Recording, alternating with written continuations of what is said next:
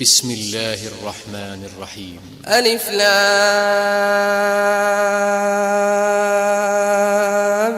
ميم.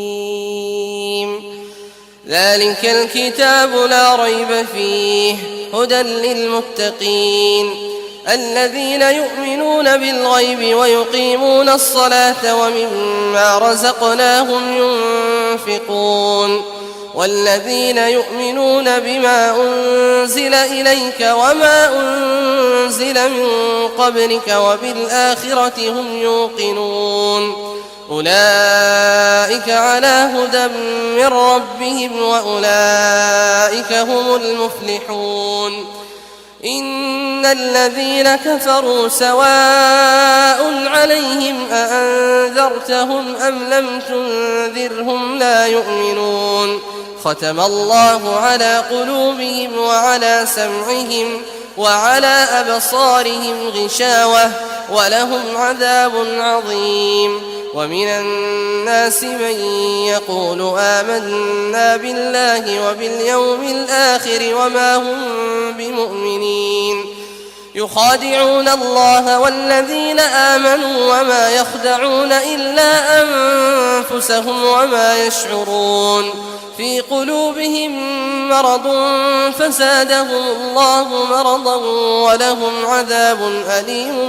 بما كانوا يكذبون. وإذا قيل لهم لا تفسدوا في الأرض قالوا إنما نحن مصلحون ألا إنهم هم المفسدون ولكن لا يشعرون. وإذا قيل لهم آمنوا كما آمن الناس قالوا أنؤمن كما آمن السفهاء ألا إنهم هم السفهاء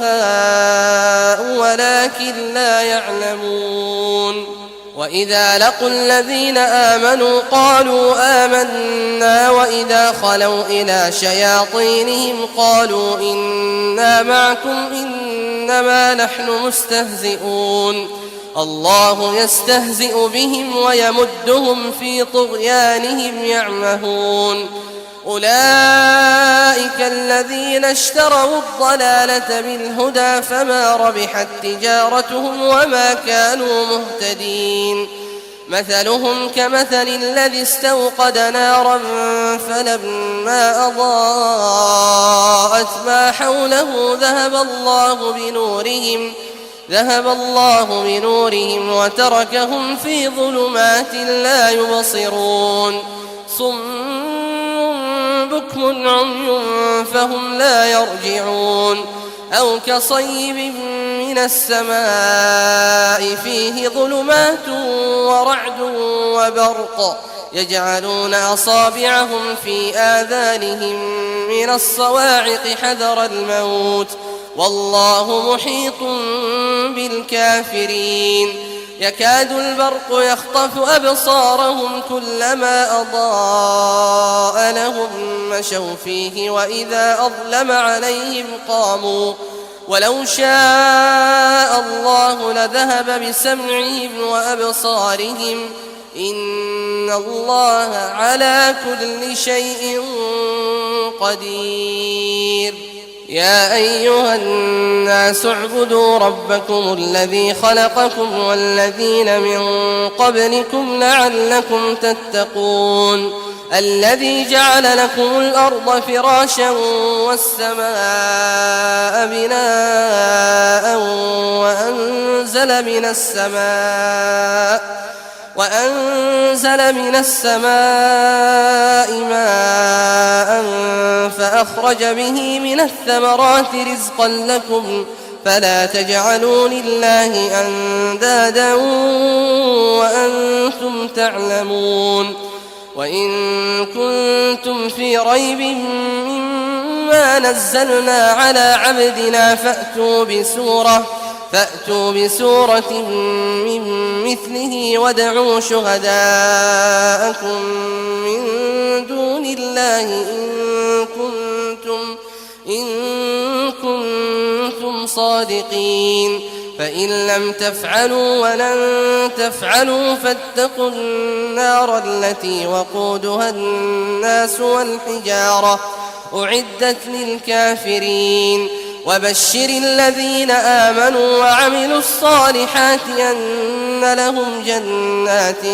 تجري من تحتها الأنهار كلما رزقوا منها من ثمرة رزقا قالوا هذا الذي رزقنا من قبل وأتوا به متشابها ولهم فيها أزواج مطهرة وهم فيها خالدون إن الله لا يستحيي أن يضرب مثلا ما بعوضة فما فوقها فأما الذين آمنوا فيعلمون أنه الحق من ربهم وأما الذين كفروا فيقولون ماذا أراد الله بهذا مثلا يضل به كثيرا ويهدي به كثيرا وما يضل به إلا الفاسقين الذين ينقضون عهد الله من بعد ميثاقه ويقطعون ما أمر الله به أن يوصل ويفسدون في الأرض أولئك هم الخاسرون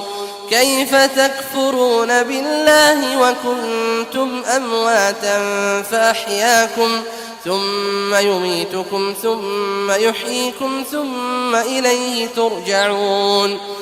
هو الذي خلق لكم ما في الأرض جميعا ثم استوى إلى السماء فسواهن 7 سماوات وهو بكل شيء عليم وإذ قال ربك للملائكة إني جاعل في الأرض خليفة قالوا أتجعل فيها من يفسد فيها ويسفك الدماء ونحن نسبح بحمدك ونقدس لك قال إني أعلم ما لا تعلمون وعلم آدم الأسماء كلها ثم عرضهم على الملائكة فقال أنبئوني بأسماء هؤلاء إن كنتم صادقين قالوا سبحانك لا علم لنا إلا ما علمتنا إنك أنت العليم الحكيم قال يا آدم أنبئهم بأسمائهم فلما أنبأهم بأسمائهم قال ألم أقل لكم إني أعلم غيب السماوات والأرض وأعلم ما تبدون وما كنتم تكتمون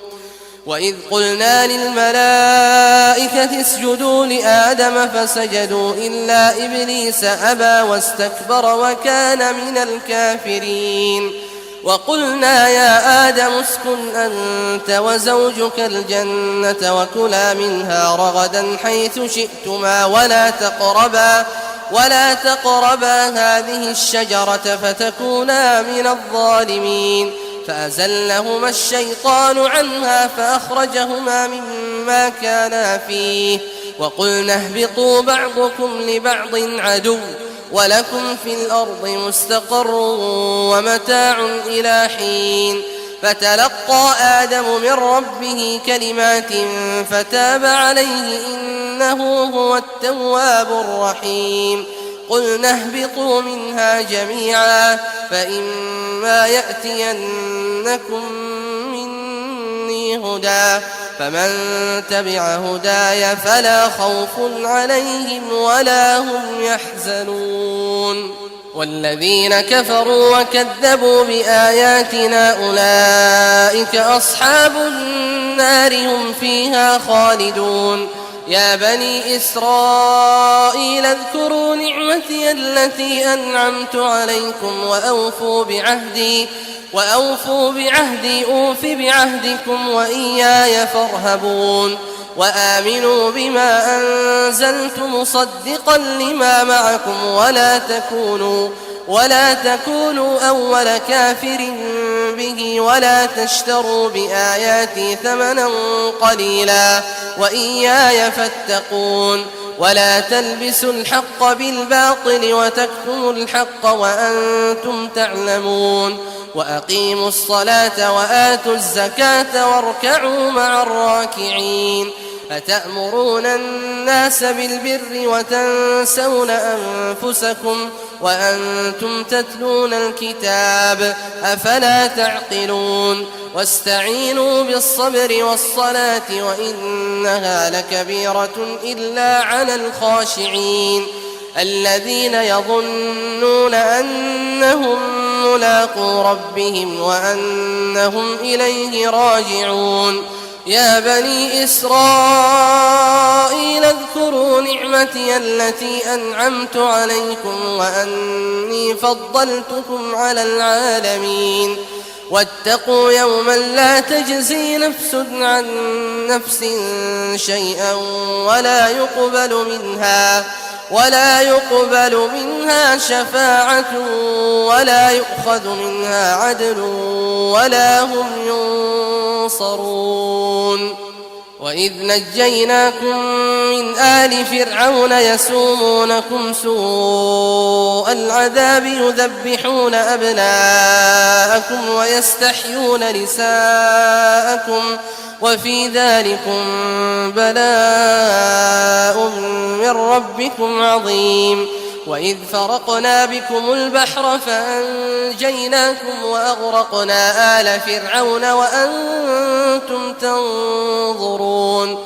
وإذ واعدنا موسى 40 ليلة ثم اتخذتم العجل من بعده وأنتم ظالمون ثم عفونا عنكم من بعد ذلك لعلكم تشكرون وإذ آتينا موسى الكتاب والفرقان لعلكم تهتدون وإذ قال موسى لقومه يا قوم إنكم ظلمتم أنفسكم باتخاذكم العجل فتوبوا إلى بارئكم فاقتلوا أنفسكم ذلكم خير لكم عند بارئكم فتاب عليكم إنه هو التواب الرحيم وإذ قلتم يا موسى لن نؤمن لك حتى نرى الله جهرة فأخذتكم الصاعقة وأنتم تنظرون ثم بعثناكم من بعد موتكم لعلكم تشكرون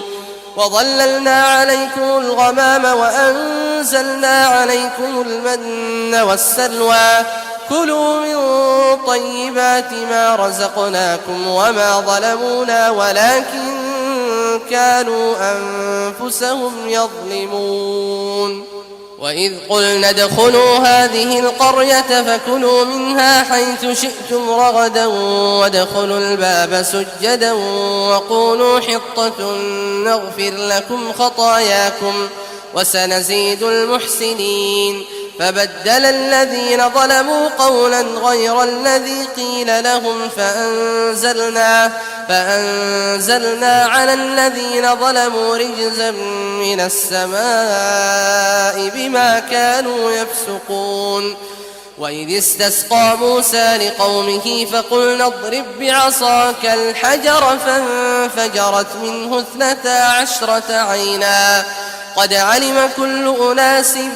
مشربهم كلوا واشربوا من رزق الله ولا تعثوا في الأرض مفسدين وإذ قلتم يا موسى لن نصبر على طعام واحد فادع لنا ربك يخرج لنا مما تنبت الأرض من بقلها وقثائها فادع لنا ربك يخرج لنا مما تنبت الأرض من بقلها وقثائها وفومها وعدسها وبصلها قال أتستبدلون الذي هو أدنى بالذي هو خير اهبطوا مصرا فإن لكم ما سألتم وضربت عليهم الذلة والمسكنة وباءوا بغضب من الله ذلك بأنهم كانوا يكفرون بآيات الله ويقتلون النبيين بغير الحق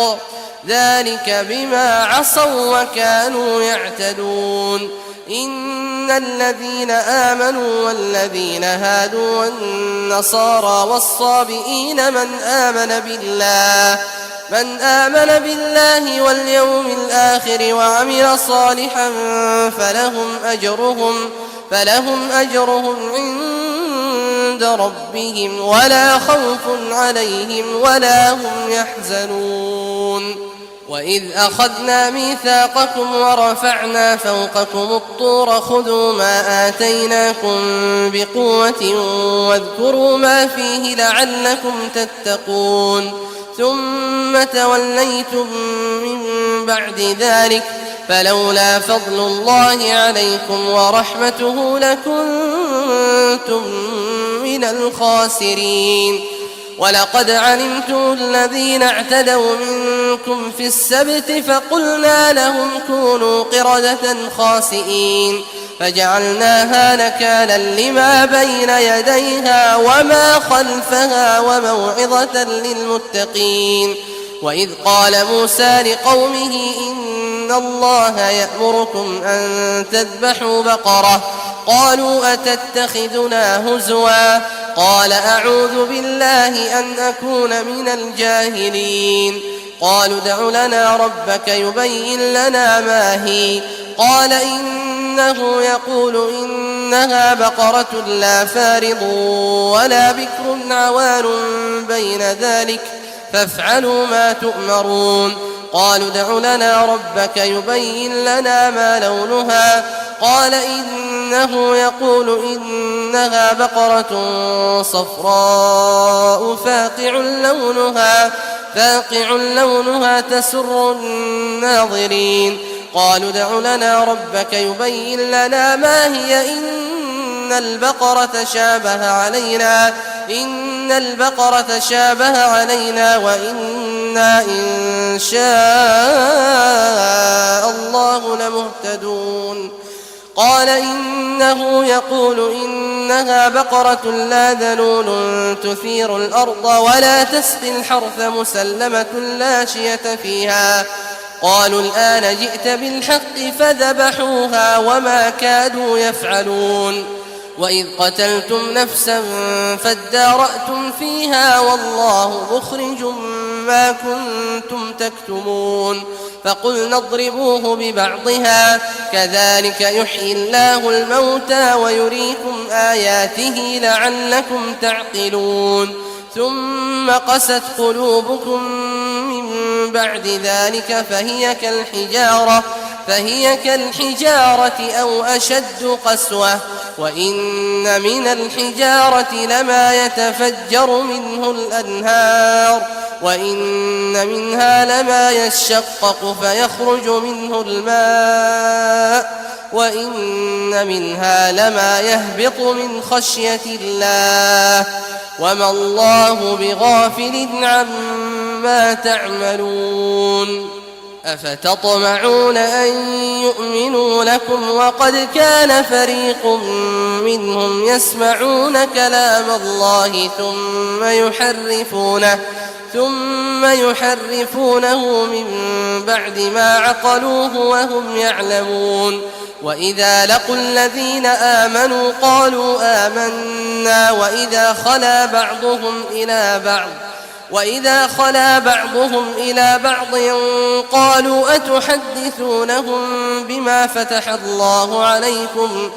قالوا أتحدثونهم بما فتح الله عليكم ليحاجوكم به عند ربكم أفلا تعقلون أولا يعلمون أن الله يعلم ما يسرون وما يعلنون ومنهم أميون لا يعلمون الكتاب إلا أماني وإن هم إلا يظنون فويل للذين يكتبون الكتاب بأيديهم ثم يقولون هذا من عند الله ليشتروا به ثمنا قليلا فويل لهم مما كتبت أيديهم وويل لهم مما يكسبون وقالوا لن تمسنا النار إلا أياما معدودة قل أتخذتم عند الله عهدا فلن يخلف الله عهده أم تقولون على الله ما لا تعلمون بلى من كسب سيئة وأحاطت به خطيئته فأولئك أصحاب النار هم فيها خالدون والذين آمنوا وعملوا الصالحات أولئك أصحاب الجنة هم فيها خالدون وإذ أخذنا ميثاق بني إسرائيل لا تعبدون إلا الله وبالوالدين إحسانا وذي القربى واليتامى والمساكين وقولوا للناس حسنا وأقيموا الصلاة وآتوا الزكاة ثم توليتم إلا قليلا منكم وأنتم معرضون وإذ أخذنا ميثاقكم لا تسفكون دماءكم ولا تخرجون أنفسكم من دياركم ثم أقررتم وأنتم تشهدون ثم أنتم هؤلاء تقتلون أنفسكم وتخرجون فريقا منكم من ديارهم تظاهرون عليهم بالإثم والعدوان وإن يأتوكم أسارى تفادوهم وهو محرم عليكم إخراجهم أفتؤمنون ببعض الكتاب وتكفرون ببعض فما جزاء من يفعل ذلك منكم إلا خزي في الحياة الدنيا ويوم القيامة يردون إلى أشد العذاب وما الله بغافل عما تعملون أولئك الذين اشتروا الحياة الدنيا بالآخرة فلا يخفف عنهم العذاب ولا هم ينصرون ولقد آتينا موسى الكتاب وقفينا من بعده بالرسل وآتينا عيسى ابن مريم البينات وأيدناه بروح القدس أفكلما جاءكم رسول بما لا تهوى أنفسكم استكبرتم ففريقا كذبتم وفريقا تقتلون وقالوا قلوبنا غلف بل لعنهم الله بكفرهم فقليلا ما يؤمنون ولما جاءهم كتاب من عند الله مصدق لما معهم وكانوا من قبل يستفتحون على الذين كفروا فلما جاءهم ما عرفوا كفروا به فلعنة الله على الكافرين بئس ما اشتروا به أنفسهم أن يكفروا بما أنزل الله بغيا أن ينزل الله من فضله على من يشاء من عباده فباءوا بغضب على غضب وللكافرين عذاب مهين وإذا قيل لهم آمنوا بما أنزل الله قالوا نؤمن بما أنزل علينا ويكفرون بما وراءه وهو الحق مصدقا لما معهم قل فلم تقتلون أنبياء الله من قبل إن كنتم مؤمنين ولقد جاءكم موسى بالبينات ثم اتخذتم العجل من بعده وأنتم ظالمون وإذ أخذنا ميثاقكم ورفعنا فوقكم الطور خذوا ما آتيناكم بقوة واسمعوا قالوا سمعنا وعصينا وأشربوا في قلوبهم العجل بكفرهم قل بئس ما يأمركم به إيمانكم إن كنتم مؤمنين قل إن كانت لكم الدار الآخرة عند الله خالصة من دون الناس فتمنوا الموت إن كنتم صادقين ولن يتمنوه أبدا بما قدمت أيديهم والله عليم بالظالمين ولتجدنهم أحرص الناس على حياة ومن الذين أشركوا يود أحدهم لو يعمر 1000 سنة وما هو بمزحزحه من العذاب أن يعمر والله بصير بما يعملون قل من كان عدوا لجبريل فإنه نزله على قلبك بإذن الله مصدقا لما بين يديه وهدى وبشرى للمؤمنين من كان عدوا لله وملائكته ورسله وجبريل وميكال فإن الله عدو للكافرين ولقد أنزلنا إليك آيات بينات وما يكفر بها إلا الفاسقون أو كلما عاهدوا عهدا نبذه فريق منهم بل أكثرهم لا يؤمنون ولما جاءهم رسول من عند الله مصدق لما معهم نبذ فريق من الذين أوتوا الكتاب كتاب الله وراء ظهورهم كأنهم لا يعلمون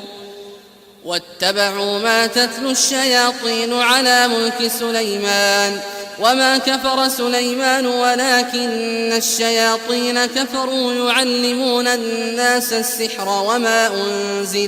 وما أنزل على الملكين ببابل هاروت وماروت وما يعلمان من أحد حتى يقولا إنما نحن فتنة فلا تكفر فيتعلمون منهما ما يفرقون به بين المرء وزوجه وما هم بضارين به من أحد إلا بإذن الله ويتعلمون ما يضرهم ولا ينفعهم ولقد علموا لمن اشتراه ما له في الآخرة من خلاق ولبئس ما شروا به أنفسهم لو كانوا يعلمون ولو أنهم آمنوا واتقوا لمثوبة من عند الله خير لو كانوا يعلمون يا أيها الذين آمنوا لا تقولوا راعنا وقولوا انظرنا واسمعوا وللكافرين عذاب أليم ما يود الذين كفروا من أهل الكتاب ولا المشركين أن ينزل عليكم من خير من ربكم والله يختص برحمته من يشاء والله ذو الفضل العظيم ما ننسخ من آية أو ننسها نأت بخير منها أو مثلها ألم تعلم أن الله على كل شيء قدير ألم تعلم أن الله له ملك السماوات والأرض وما لكم من دون الله من ولي ولا نصير أم تريدون أن تسألوا رسولكم كما سئل موسى من قبل ومن يتبدل الكفر بالإيمان فقد ضل سواء السبيل ود كثير من أهل الكتاب لو يردونكم من بعد إيمانكم كفارا حسدا من عند أنفسهم من بعد ما تبين لهم الحق فاعفوا واصفحوا حتى يأتي الله بأمره إن الله على كل شيء قدير وأقيموا الصلاة وآتوا الزكاة وما تقدموا لأنفسكم من خير تجدوه عند الله إن الله بما تعملون بصير وقالوا لن يدخل الجنة إلا من كان هودا أو نصارى تلك أمانيهم قل هاتوا برهانكم إن كنتم صادقين بلى من أسلم وجهه لله وهو محسن فله أجره عند ربه ولا خوف عليهم ولا هم يحزنون وقالت اليهود ليست النصارى على شيء وقالت النصارى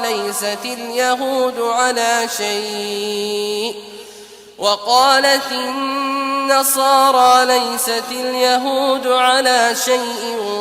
وهم يتلون الكتاب كذلك قال الذين لا يعلمون مثل قولهم فالله يحكم بينهم يوم القيامة فيما كانوا فيه يختلفون ومن أظلم ممن منع مساجد الله أن يذكر فيها اسمه وسعى في خرابها أولئك ما كان لهم أن يدخلوها إلا خائفين لهم في الدنيا خزي ولهم في الآخرة عذاب عظيم ولله المشرق والمغرب فأينما تولوا فثم وجه الله إن الله واسع عليم وقالوا اتخذ الله ولدا سبحانه بل له ما في السماوات والأرض كل له قانتون بديع السماوات والأرض وإذا قضى أمرا فإنما يقول له كن فيكون وقال الذين لا يعلمون لولا يكلمنا الله أو تأتينا آية كذلك قال الذين من قبلهم مثل قولهم تشابهت قلوبهم قد بينا الآيات لقوم يوقنون إنا أرسلناك بالحق بشيرا ونذيرا ولا تسأل عن أصحاب الجحيم ولن ترضى عنك اليهود ولا النصارى حتى تتبع ملتهم قل إن هدى الله هو الهدى ولئن اتبعت أهواءهم بعد الذي جاءك من العلم ما لك من الله من ولي ولا نصير الذين آتيناهم الكتاب يتلونه حق تلاوته أولئك يؤمنون به ومن يكفر به فأولئك هم الخاسرون يا بني إسرائيل اذكروا نعمتي التي أنعمت عليكم وأني فضلتكم على العالمين واتقوا يوما لا تجزي نفس عن نفس شيئا ولا يقبل منها عدل ولا تنفعها شفاعة ولا هم ينصرون وإذ ابتلى إبراهيم ربه بكلمات فأتمهن قال إني جاعلك للناس إماما قال ومن ذريتي قال لا ينال عهد الظالمين وإذ جعلنا البيت مثابة للناس وأمنا واتخذوا من مقام إبراهيم مصلى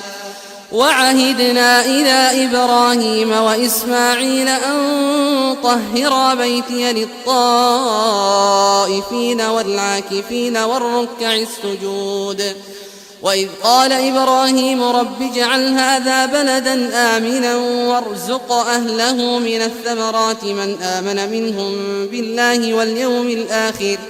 قال ومن كفر فأمتعه قليلا ثم أضطره إلى عذاب النار وبئس المصير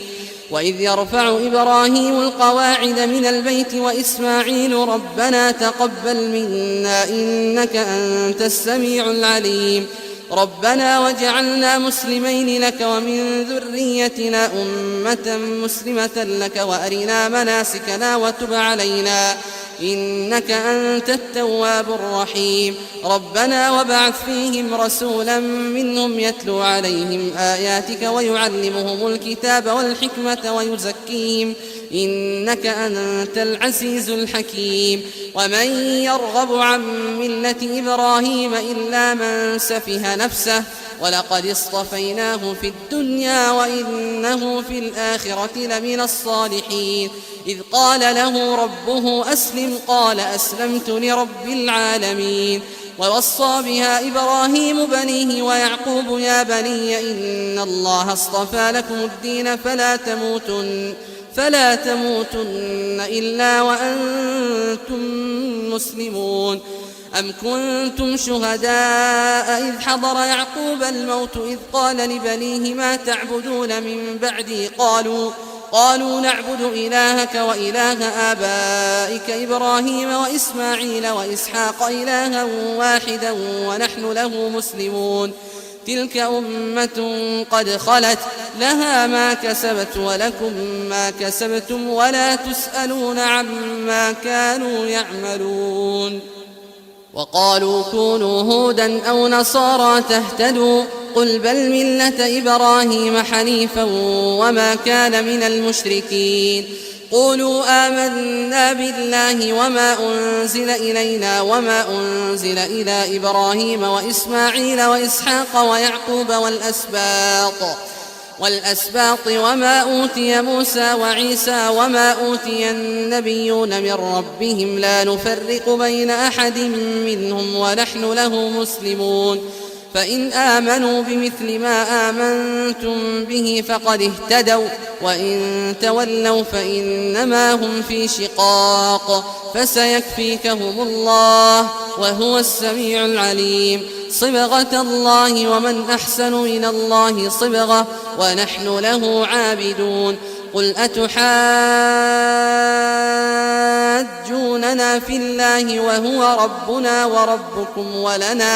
ولنا أعمالنا ولكم أعمالكم ونحن له مخلصون أم تقولون إن إبراهيم وإسماعيل وإسحاق ويعقوب والأسباط كانوا هودا أو نصارى قل أأنتم أعلم أم الله ومن أظلم ممن كتم شهادة عنده من الله وما الله بغافل عما تعملون تلك أمة قد خلت لها ما كسبت ولكم ما كسبتم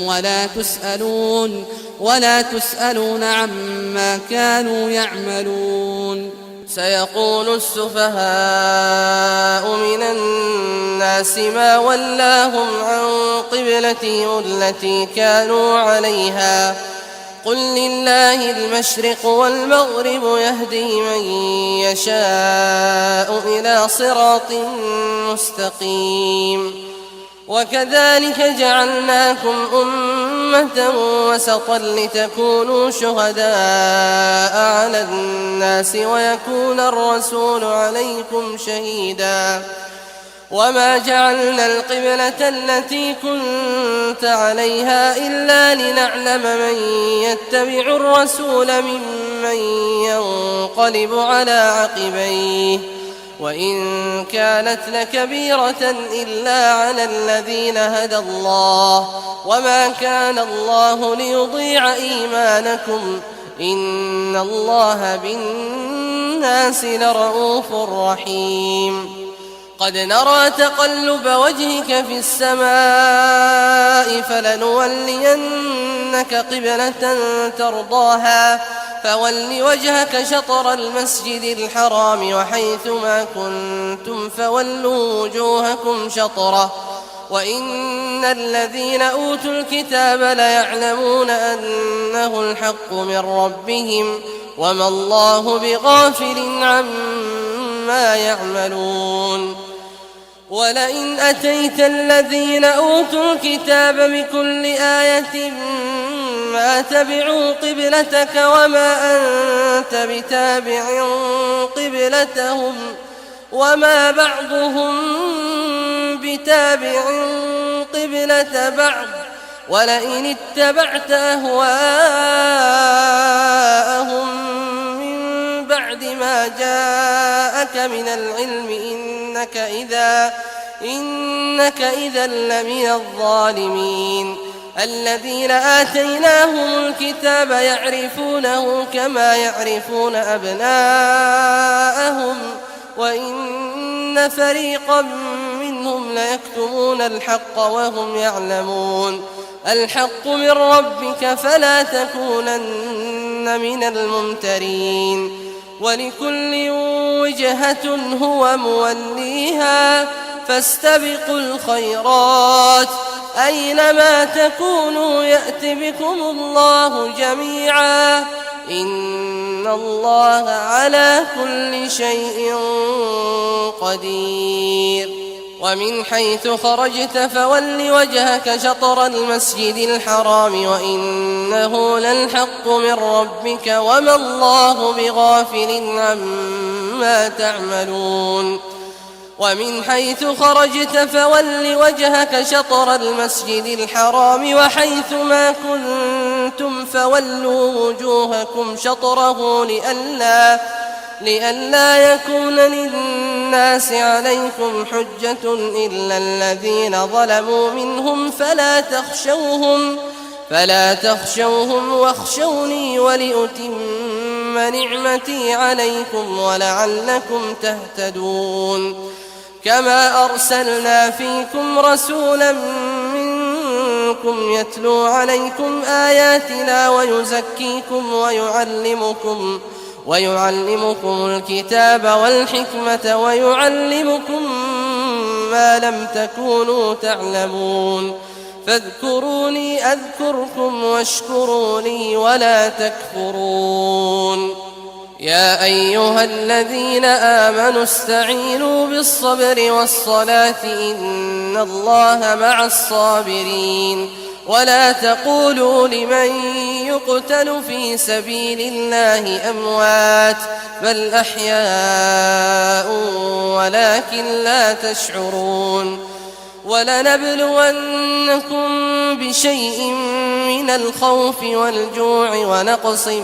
من الأموال والأنفس والثمرات وبشر الصابرين الذين إذا أصابتهم مصيبة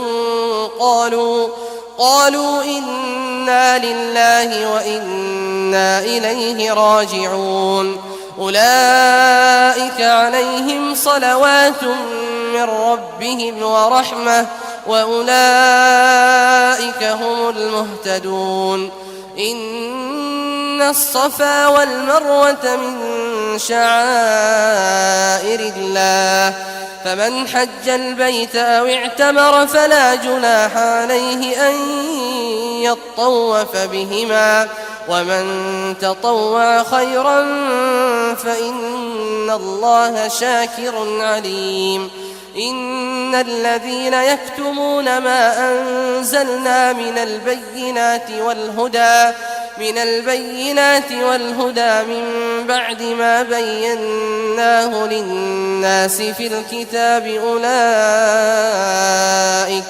أولئك يلعنهم الله ويلعنهم اللاعنون إلا الذين تابوا وأصلحوا وبينوا فأولئك أتوب عليهم وأنا التواب الرحيم إن الذين كفروا وماتوا وهم كفار أولئك عليهم لعنة الله والملائكة والناس أجمعين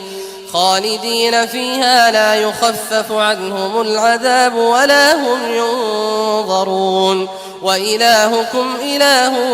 واحد لا إله إلا هو الرحمن الرحيم إن في خلق السماوات والأرض واختلاف الليل والنهار والفلك التي تجري في البحر بما ينفع الناس وما أنزل الله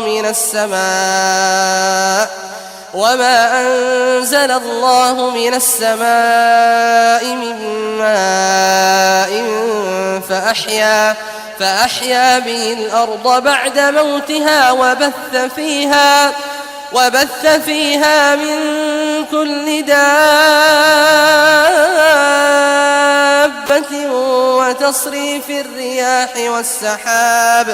وتصريف الرياح والسحاب المسخر بين السماء والأرض لآيات لقوم يعقلون ومن الناس من يتخذ من دون الله أندادا يحبونهم كحب الله والذين آمنوا أشد حبا لله ولو يرى الذين ظلموا إذ يرون العذاب أن القوة لله جميعا وأن الله شديد العذاب إذ تبرأ الذين اتبعوا من الذين اتبعوا ورأوا العذاب وتقطعت بهم الأسباب وقال الذين اتبعوا لو أن لنا كرة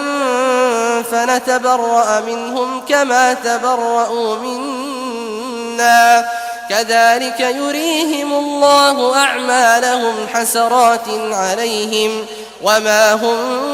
بخارجين من النار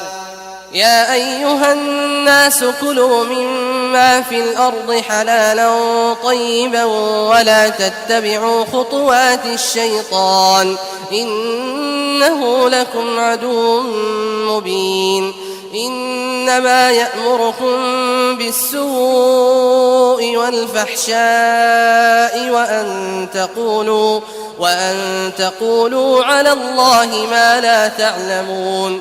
وإذا قيل لهم اتبعوا ما أنزل الله قالوا بل نتبع ما ألفينا عليه آباءنا أولو كان آباؤهم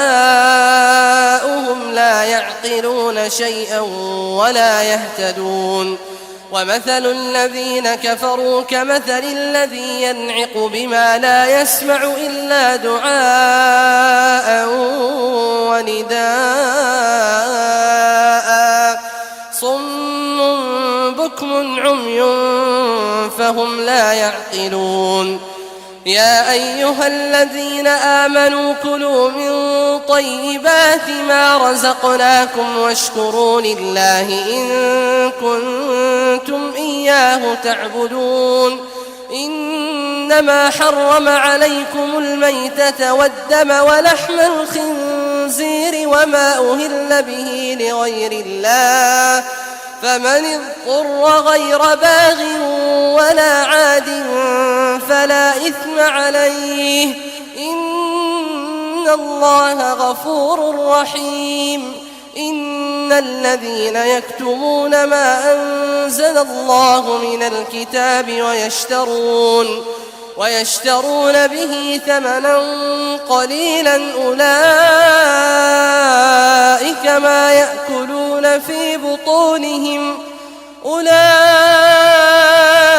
ما يأكلون في بطونهم إلا النار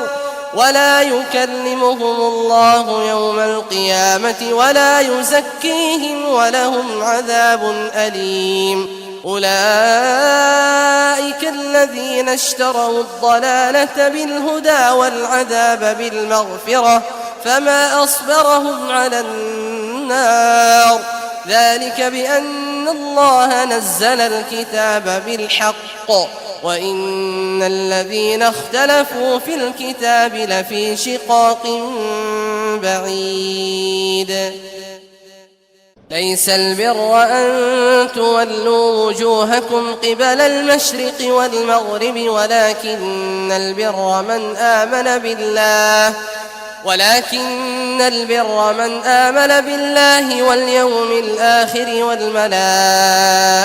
والكتاب والنبيين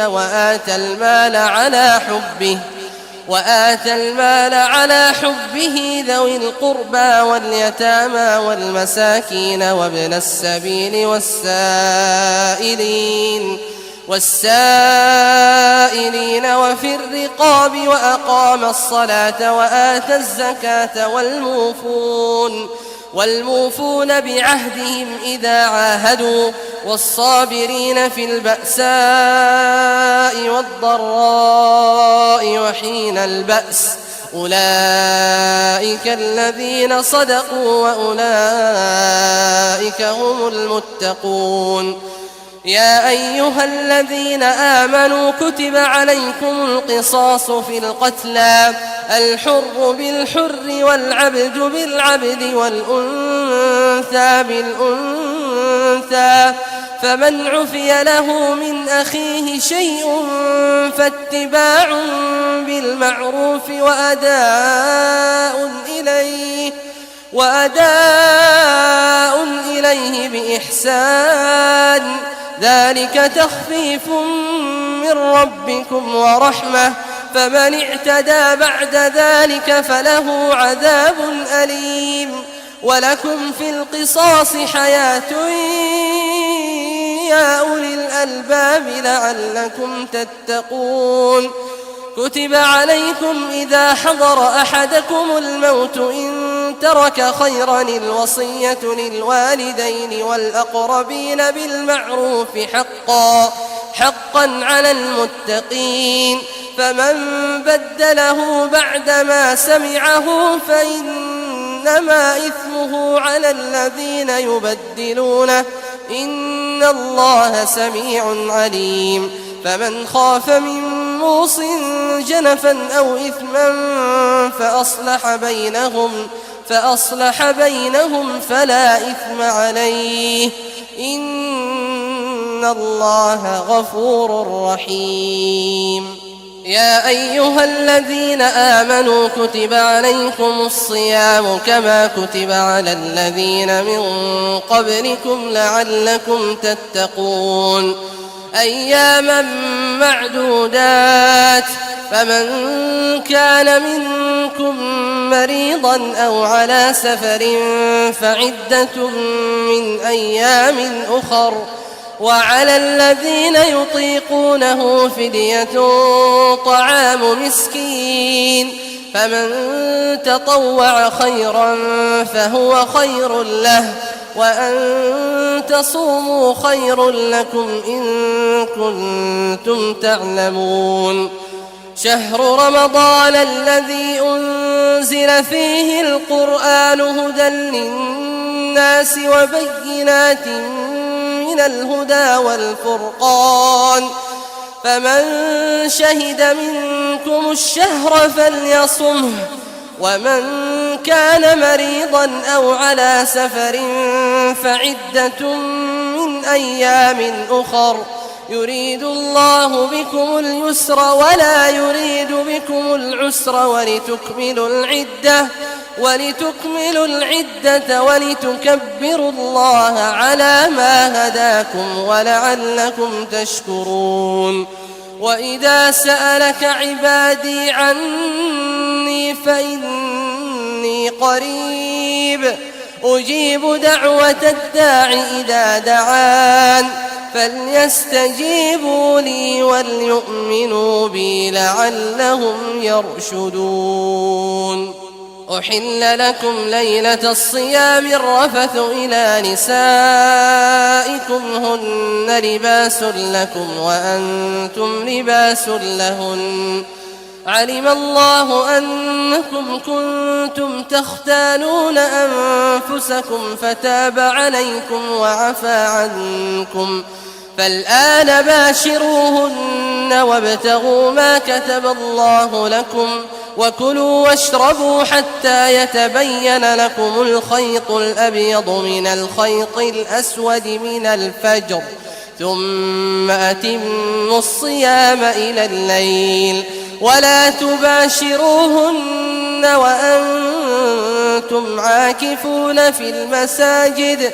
تلك حدود الله فلا تقربوها كذلك يبين الله آياته للناس لعلهم يتقون ولا تأكلوا أموالكم بينكم بالباطل وتدلوا بها إلى الحكام لتأكلوا فريقا من أموال الناس بالإثم وأنتم تعلمون يسألونك عن الأهلة قل هي مواقيت للناس والحج وليس البر بأن تأتوا البيوت من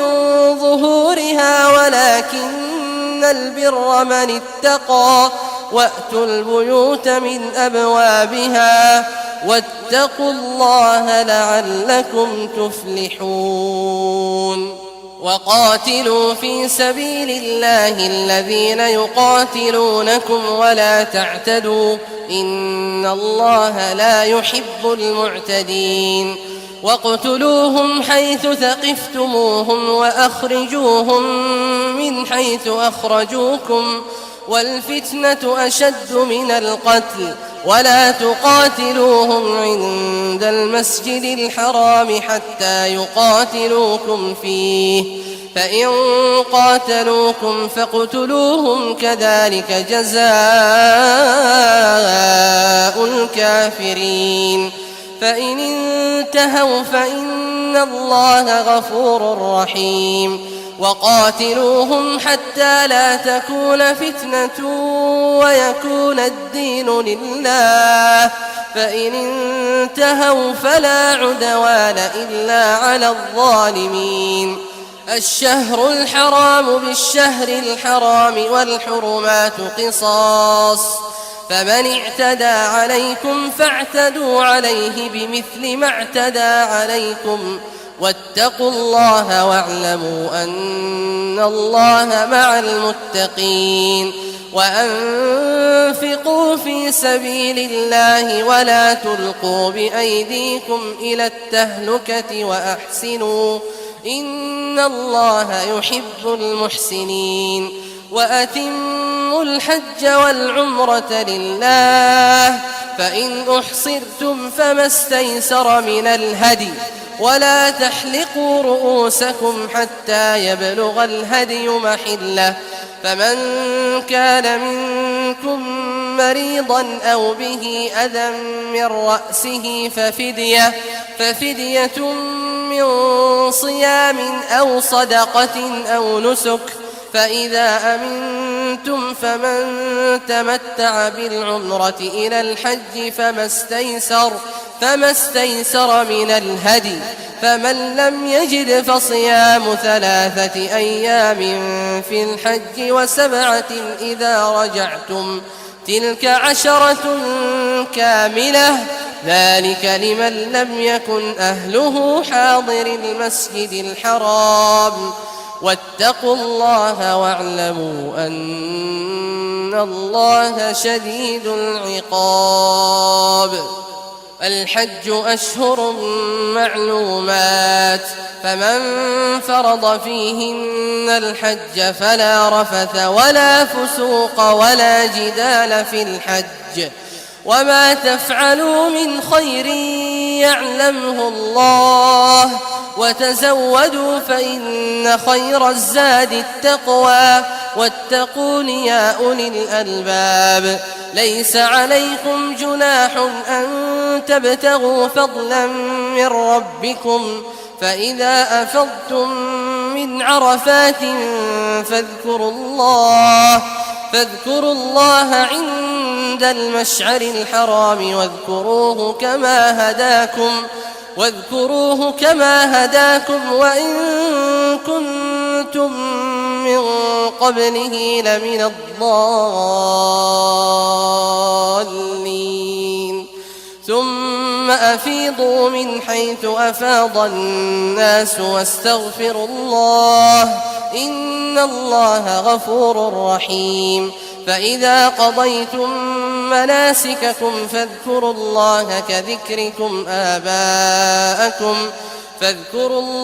كذكركم آباءكم أو أشد ذكرا فمن الناس من يقول ربنا آتنا في الدنيا وما له في الآخرة من خلاق ومنهم من يقول ربنا آتنا في الدنيا حسنة وفي الآخرة حسنة وقنا عذاب النار أولئك لهم نصيب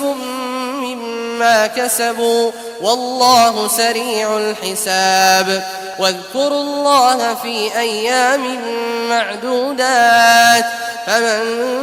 تعجل في يومين فلا إثم عليه ومن تأخر فلا إثم عليه لمن اتقى واتقوا الله واعلموا أنكم إليه تحشرون ومن الناس من يعجبك قوله في الحياة الدنيا ويشهد الله على ما في قلبه وهو ألد الخصام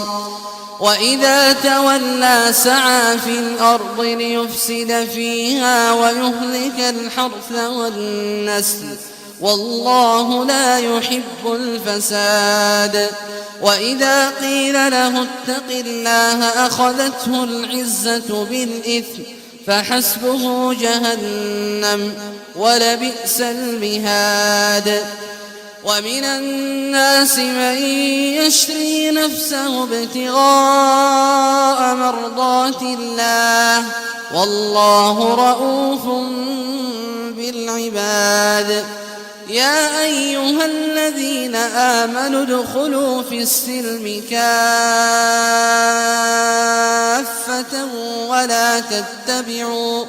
ولا تتبعوا خطوات الشيطان إنه لكم عدو مبين فإن زللتم من بعد ما جاءتكم البينات فاعلموا أن الله عزيز حكيم هل ينظرون إلا أن يأتيهم الله في ظلل من الغمام والملائكة وقضي الأمر وإلى الله ترجع الأمور سل بني إسرائيل كم آتيناهم من آية بينة ومن يبدل نعمة الله من بعد ما جاءته فإن الله شديد العقاب زين للذين كفروا الحياة الدنيا ويسخرون من الذين آمنوا والذين اتقوا فوقهم يوم القيامة والله يرزق من يشاء بغير حساب كان الناس أمة واحدة فبعث الله النبيين مبشرين ومنذرين وأنزل معهم الكتاب بالحق ليحكم بين الناس فيما اختلفوا فيه وما اختلف فيه إلا الذين أوتوه من بعد ما جاءتهم البينات بغيا بينهم فهدى الله الذين آمنوا لما اختلفوا فيه من الحق بإذنه والله يهدي من يشاء إلى صراط مستقيم. أم حسبتم أن تدخلوا الجنة ولما يأتكم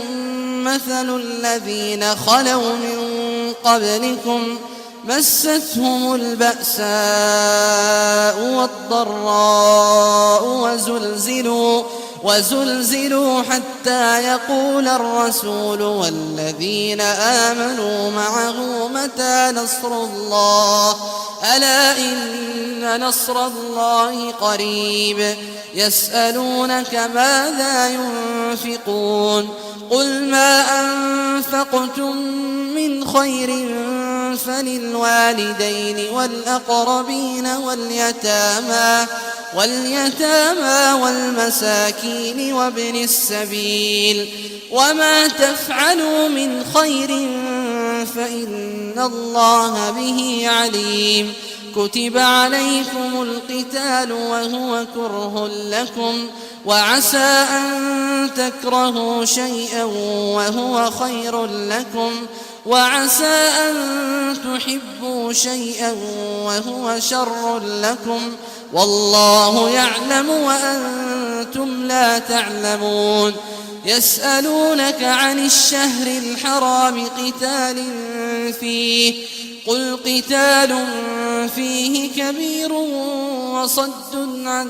سبيل الله وكفر به والمسجد الحرام وإخراج أهله منه أكبر عند الله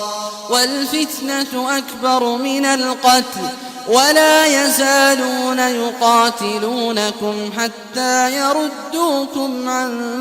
دينكم إن استطاعوا ومن يرتد منكم عن دينه فيمت وهو كافر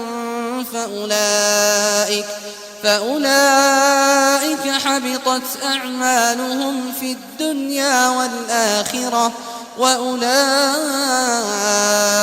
أصحاب النار هم فيها خالدون. إن الذين آمنوا والذين هاجروا وجاهدوا في سبيل الله أولئك يرجون رحمة الله والله غفور رحيم. يسألونك عن الخمر والميسر قل فيهما إثم كبير ومنافع للناس وإثمهما أكبر من نفعهما ويسألونك ماذا ينفقون قل العفو كذلك يبين الله لكم الآيات لعلكم تتفكرون في الدنيا والآخرة. ويسألونك عن اليتامى قل إصلاح لهم خير وإن تخالطوهم فإخوانكم والله يعلم المفسد من المصلح ولو شاء الله لأعنتكم إن الله عزيز حكيم. ولا تنكحوا المشركات حتى يؤمنوا ولأمة مؤمنة خير من مشركة ولو أعجبتكم ولا تنكحوا المشركين حتى يؤمنوا ولعبد مؤمن خير من مشرك ولو أعجبكم أولئك يدعون إلى النار والله يدعو إلى الجنة والمغفرة بإذنه ويبين آياته للناس لعلهم يتذكرون. ويسألونك عن المحيض قل هو أذى فاعتزلوا النساء في المحيض ولا تقربوهن حتى يطهرن فإذا تطهرن فأتوهن من حيث أمركم الله إن الله يحب التوابين ويحب المتطهرين. نساؤكم حرث لكم فأتوا حرثكم أنا شئتم وقدموا لأنفسكم واتقوا الله واعلموا أنكم ملاقوه وبشر المؤمنين ولا تجعلوا الله عرضة لأيمانكم أن تبروا وتتقوا وتصلحوا بين الناس والله سميع عليم لا يؤاخذكم الله باللغو في أيمانكم ولكن يؤاخذكم بما كسبت قلوبكم والله غفور حليم للذين يؤلون من نسائهم تربص 4 أشهر فإن فاءوا فإن الله غفور رحيم وإن عزموا الطلاق فإن الله سميع عليم والمطلقات يتربصن بأنفسهن 3 قروء ولا يحل لهن أن يكتمن ما خلق الله في أرحامهن إن كن يؤمن بالله واليوم الآخر وبعولتهن أحق بردهن في ذلك إن أرادوا إصلاحا ولهن مثل الذي عليهن بالمعروف وللرجال عليهن درجة والله عزيز حكيم الطلاق 2 فإمساك بمعروف أو تسريح بإحسان ولا يحل لكم أن تأخذوا مما آتيتموهن شيئا إلا أن يخافا ألا يقيما حدود الله فإن خفتم ألا يقيما حدود الله فلا جناح عليهما فيما افتدت به تلك حدود الله فلا تعتدوها ومن يتعد حدود الله فأولئك هم الظالمون فإن طلقها فلا تحل له من بعد حتى تنكح زوجا غيره فإن طلقها فلا جناح عليهما أن يتراجعا إن ظنا أن يقيما حدود الله وتلك حدود الله يبينها لقوم يعلمون وإذا طلقتم النساء فبلغن أجلهن فأمسكوهن بمعروف أو سرحوهن بمعروف ولا تمسكوهن ضرارا لتعتدوا ومن يفعل ذلك فقد ظلم نفسه ولا تتخذوا آيات الله هزوا واذكروا نعمة الله عليكم وما أنزل عليكم من الكتاب والحكمة يعظكم به واتقوا الله واعلموا أن الله بكل شيء عليم وإذا طلقتم النساء فبلغن أجلهن فلا تعضلوهن أن ينكحن أزواجهن إذا تراضوا بينهم بالمعروف ذلك يوعظ به من كان منكم يؤمن بالله واليوم الآخر ذلكم أزكى لكم وأطهر والله يعلم وأنتم لا تعلمون والوالدات يرضعن أولادهن حولين كاملين لمن أراد أن يتم الرضاعة وعلى المولود له رزقهن وكسوتهن بالمعروف لا تكلف نفس إلا وسعها لا تضار والدة بولدها ولا مولود له بولده وعلى الوارث مثل ذلك فإن أرادا فصالا عن تراض منهما وتشاور فلا جناح عليهما. وإن أردتم أن تسترضعوا أولادكم فلا جناح عليكم إذا سلمتم ما آتيتم بالمعروف. واتقوا الله واعلموا أن الله بما تعملون بصير. والذين يتوفون منكم ويذرون أزواجا يتربصن بأنفسهن 4 أشهر وعشرا فإذا بلغن أجلهن فلا جناح عليكم فيما فعلن في أنفسهن بالمعروف والله بما تعملون خبير. ولا جناح عليكم فيما عرضتم به من خطبة النساء أو أكننتم في أنفسكم علم الله أنكم ستذكرونهن ولكن لا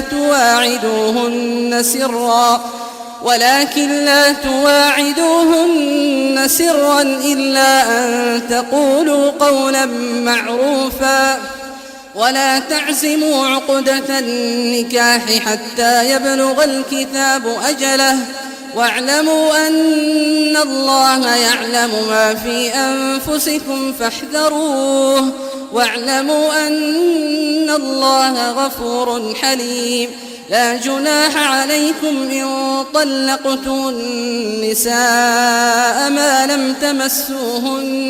ما لم تمسوهن أو تفرضوا لهن فريضة ومتعوهن على الموسع قدره وعلى المقتر قدره متاعا بالمعروف حقا على المحسنين. وإن طلقتموهن من قبل أن تمسوهن وقد فرضتم لهن فريضة فنصف ما فرضتم إلا أن يعفون أو يعفو الذي بيده عقدة النكاح وأن تعفوا أقرب للتقوى ولا تنسوا الفضل بينكم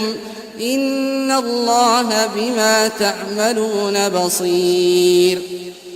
حافظوا على الصلوات والصلاة الوسطى وقوموا لله قانتين. فإن خفتم فرجالا أو ركبانا فإذا أمنتم فاذكروا الله كما علمكم ما لم تكونوا تعلمون. والذين يتوفون منكم ويذرون أزواجا وصية لأزواجهم متاعا إلى الحول غير إخراج فإن خرجن فلا جناح عليكم فيما فعلن في أنفسهن من معروف والله عزيز حكيم. وللمطلقات متاع بالمعروف حقا على المتقين كذلك يبين الله لكم آياته لعلكم تعقلون. ألم تر إلى الذين خرجوا من ديارهم وهم ألوف حذر الموت فقال لهم الله موتوا ثم أحياهم إن الله لذو فضل على الناس ولكن أكثر الناس لا يشكرون. وقاتلوا في سبيل الله واعلموا أن الله سميع عليم. من ذا الذي يقرض الله قرضا حسنا فيضاعفه له أضعافا كثيرة والله يقبض ويبسط وإليه ترجعون. ألم تر إلى الملأ من بني إسرائيل من بعد موسى إذ قالوا لنبي له ابعث لنا ملكا نقاتل في سبيل الله قال هل عسيتم إن كتب عليكم القتال ألا تقاتلوا قالوا وما لنا ألا نقاتل في سبيل الله وقد أخرجنا من ديارنا وأبنائنا فلما كتب عليهم القتال تولوا إلا قليلا منهم والله عليم بالظالمين. وقال لهم نبيهم إن الله قد بعث لكم طالوت ملكا قالوا أنى يكون له الملك علينا ونحن أحق بالملك منه ولم يؤت سعة من المال قال إن الله اصطفاه عليكم وزاده بسطة في العلم والجسم والله يؤتي ملكه من يشاء والله واسع عليم. وقال لهم نبيهم إن آية ملكه أن يأتيكم التابوت فيه سكينة من ربكم وبقية مما ترك آل موسى وآل هارون تحمله الملائكة إن في ذلك لآية لكم إن كنتم مؤمنين. فلما فصل طالوت بالجنود قال إن الله مبتليكم بنهر فمن شرب منه فليس مني ومن لم يطعمه فإنه مني إلا من اغترف غرفة بيده فشربوا منه إلا قليلا منهم فلما جاوزه هو والذين آمنوا معه قالوا لا طاقة لنا اليوم بجالوت وجنوده. قال الذين يظنون أنهم ملاقو الله كم من فئة قليلة غلبت فئة كثيرة بإذن الله والله مع الصابرين. ولما برزوا لجالوت وجنوده قالوا ربنا أفرغ علينا صبرا وثبت أقدامنا وانصرنا على القوم الكافرين. فهزموهم بإذن الله وقتل داود جالوت وآتاه الله الملك والحكمة وعلمه مما يشاء ولولا دفع الله الناس بعضهم ببعض لفسدت الأرض ولكن الله ذو فضل على العالمين. تلك آيات الله نتلوها عليك بالحق وإنك لمن المرسلين. تلك الرسل فضلنا بعضهم على بعض منهم من كلم الله ورفع بعضهم درجات وآتينا عيسى ابن مريم البينات وأيدناه بروح القدس ولو شاء الله ما اقتتل الذين من بعدهم من بعد ما جاءتهم البينات ولكن اختلفوا فمنهم من آمن ومنهم من كفر ولو شاء الله ما اقتتلوا ولكن الله يفعل ما يريد. يا أيها الذين آمنوا أنفقوا مما رزقناكم من قبل أن يأتي يوم لا بيع فيه ولا خلة ولا شفاعة والكافرون هم الظالمون. الله لا إله إلا هو الحي القيوم لا تأخذه سنة ولا نوم له ما في السماوات وما في الأرض من ذا الذي يشفع عنده إلا بإذنه يعلم ما بين أيديهم وما خلفهم ولا يحيطون بشيء من علمه إلا بما شاء وسع كرسيه السماوات والأرض ولا يؤوده حفظهما وهو العلي العظيم. لا إكراه في الدين قد تبين الرشد من الغي، فمن يكفر بالطاغوت ويؤمن بالله فقد استمسك بالعروة الوثقى لا انفصام لها، والله سميع عليم. الله ولي الذين آمنوا يخرجهم من الظلمات إلى النور، والذين كفروا أولياؤهم الطاغوت يخرجونهم من النور إلى الظلمات، أولئك أصحاب النار هم فيها خالدون. ألم تر إلى الذي حاج إبراهيم في ربه أن آتاه الله الملك، إذ قال إبراهيم ربي الذي يحيي ويميت قال أنا أحيي وأميت. قال إبراهيم فإن الله يأتي بالشمس من المشرق فأت بها من المغرب فبهت الذي كفر، والله لا يهدي القوم الظالمين. أو كالذي مر على قرية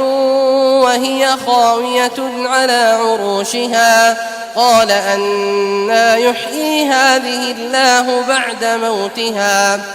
فأماته الله 100 عام ثم بعثه، قال كم لبثت؟ قال لبثت يوما أو بعض يوم، قال بل لبثت 100 عام فانظر إلى طعامك وشرابك لم يتسنه، وانظر إلى حمارك ولنجعلك آية للناس، وانظر إلى العظام كيف ننشزها ثم نكسوها لحما، فلما تبين له قال أعلم أن الله على كل شيء قدير.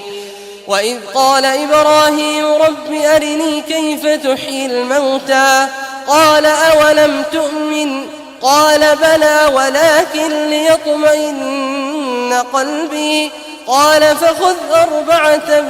من الطير فصرهن إليك ثم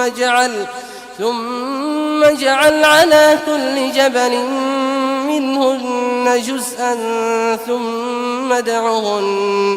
ثم ادعهن يأتينك سعيا، واعلم أن الله عزيز حكيم. مثل الذين ينفقون أموالهم في سبيل الله كمثل حبة أنبتت 7 سنابل في كل سنبلة 100 حبة، والله يضاعف لمن يشاء والله واسع عليم. الذين ينفقون أموالهم في سبيل الله ثم لا يتبعون ما أنفقوا منا ولا أذى لهم أجرهم عند ربهم ولا خوف عليهم ولا هم يحزنون. قول معروف ومغفرة خير من صدقة يتبعها أذى، والله غني حليم. يا أيها الذين آمنوا لا تبطلوا صدقاتكم بالمن والأذى كالذي ينفق ماله رئاء الناس ولا يؤمن بالله واليوم الآخر، فمثله كمثل صفوان عليه تراب فأصابه وابل فتركه صلدا لا يقدرون على شيء مما كسبوا، والله لا يهدي القوم الكافرين. ومثل الذين ينفقون أموالهم ابتغاء مرضات الله وتثبيتا من أنفسهم كمثل جنة بربوة أصابها وابل فآتت أكلها ضعفين فإن لم يصبها وابل فطل والله بما تعملون بصير. أيود أحدكم أن تكون له جنة من نخيل وأعناب تجري من تحتها الأنهار له فيها من كل الثمرات وأصابه الكبر وله ذرية ضعفاء فأصابها إعصار فيه نار فاحترقت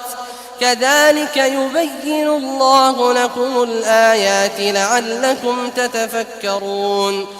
يا أيها الذين آمنوا أنفقوا من طيبات ما كسبتم ومما أخرجنا لكم من الأرض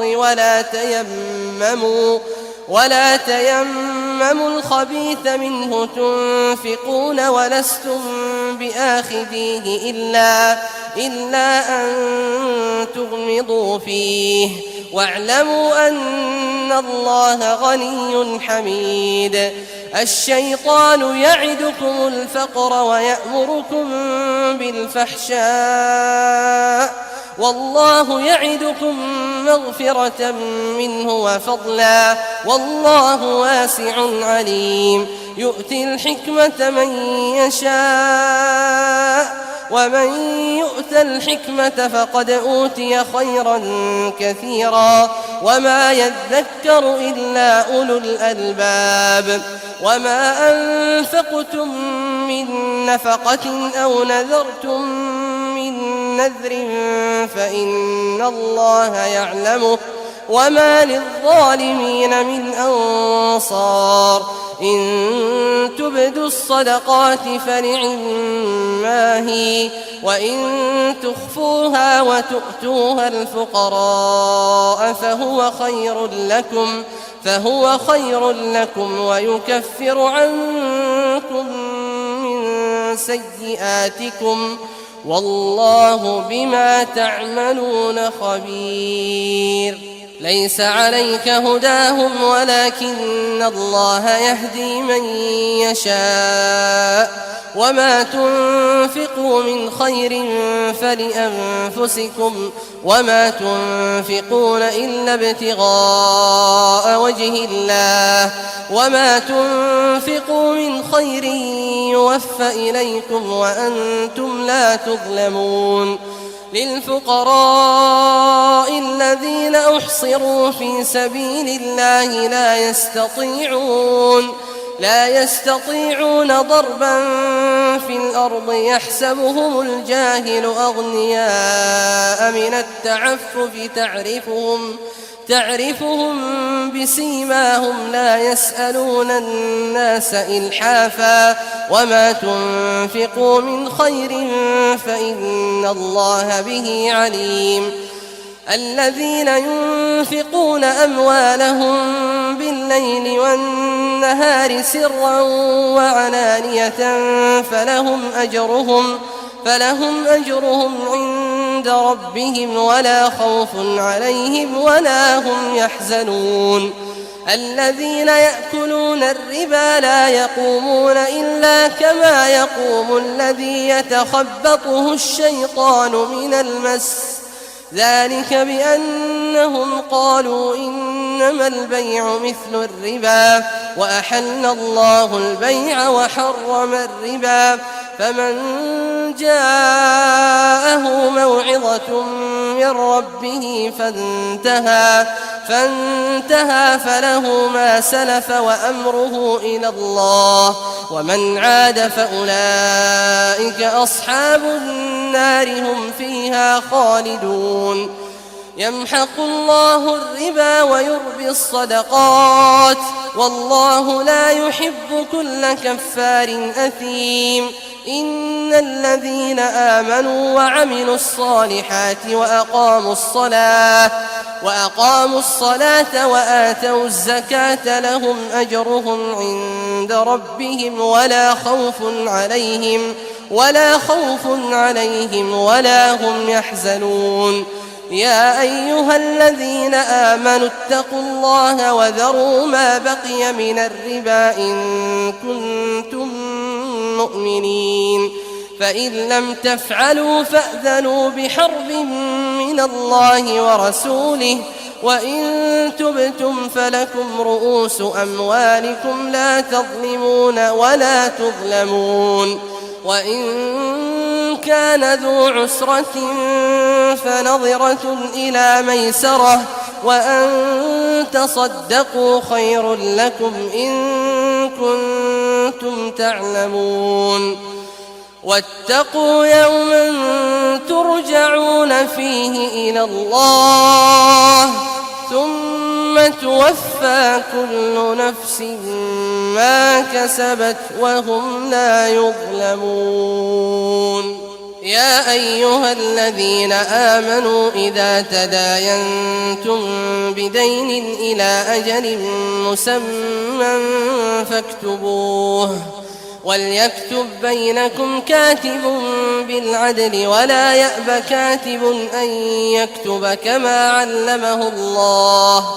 فليكتب وليملل الذي عليه الحق وليتق الله ربه ولا يبخس منه شيئا، فإن كان الذي عليه الحق سفيها أو ضعيفا أو لا يستطيع أن يمل هو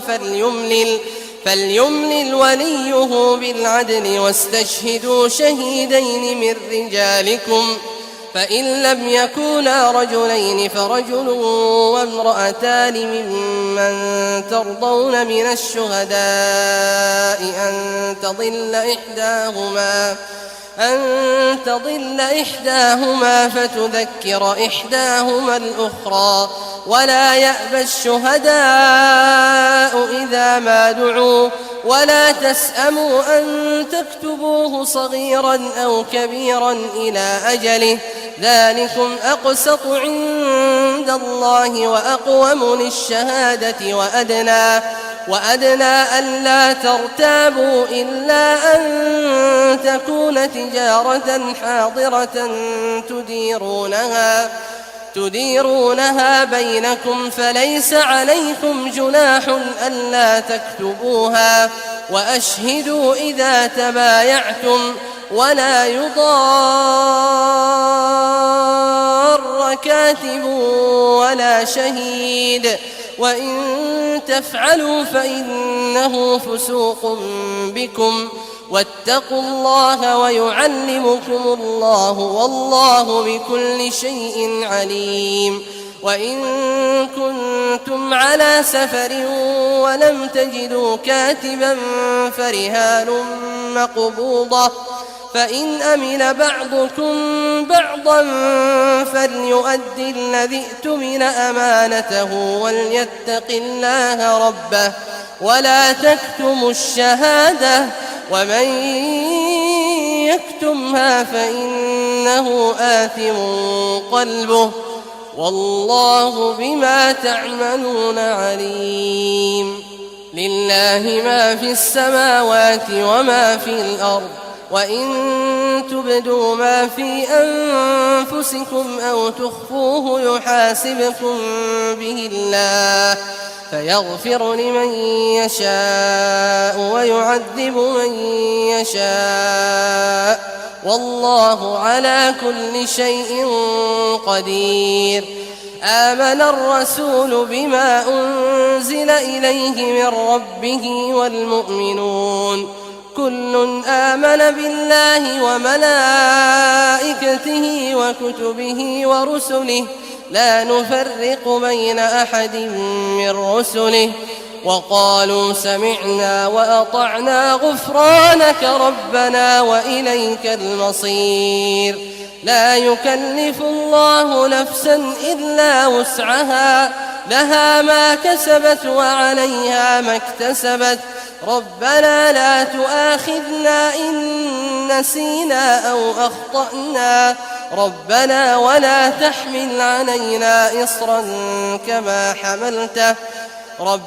ولا تحمل علينا إصرا كما حملته على الذين من قبلنا ربنا ولا تحملنا ما لا طاقة لنا به واعف عنا واغفر لنا وارحمنا